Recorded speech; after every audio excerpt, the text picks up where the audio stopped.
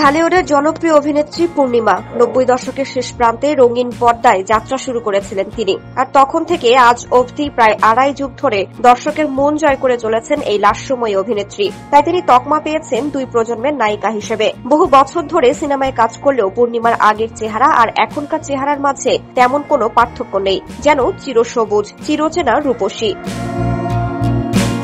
বর্তমানে পূর্ণিমাকে নিয়মিতভাবে অভিনয়ে দেখা না গেলেও ওয়েব কন্টেন্ট ও বিভিন্ন শোবিজ অনুষ্ঠানে সক্রিয়ভাবে অংশ নিচ্ছেন। পাশাপাশি ব্যক্তিগত জীবন ও পারিবারিক ব্যস্ততা সামলে সামাজিক মাধ্যমেও দারুণ সরব তিনি। পূর্ণিমার ব্যক্তিজীবন বরাবরই প্রশংসিত।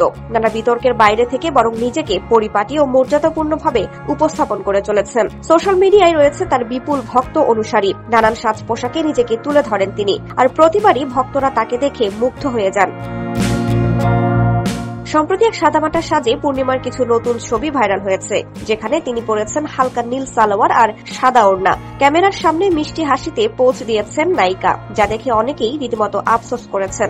একজন নেটিজেন মন্তব্য করেছেন, ছোট থেকে দেখে আসছে আপনাকে একই রকম, আমরা বুড়ি হয়ে যাচ্ছি, আপনি সেই বয়সেই পড়ে আছেন। একইভাবে আরেকজন মন্তব্য করেছেন, ছোটবেলার ক্রাশ, এখনো কত সুন্দর আপনি। আরেক নেটিজেন লিখেছেন, সিম্পলের ওপর সুন্দর লাগছে।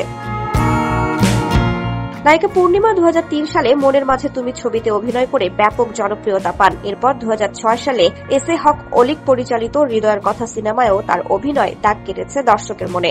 তখন থেকেই পূর্ণিমা বাংলা চলচ্চিত্রের এক অবিচ্ছেদ্য নাম। বর্তমানে সিনেমার পর্দায় কম দেখা গেলেও পূর্ণিমার সৌন্দর্য, ব্যক্তিত্ব আর স্থায়ী জনপ্রিয়তা তাকে এখনো আলোচনার কেন্দ্রে রেখেছে। আর তাই তো পূর্ণিমাকে দেখলেই অনেকেই বলেন, সময় যেন তার জন্য থেমে আছে।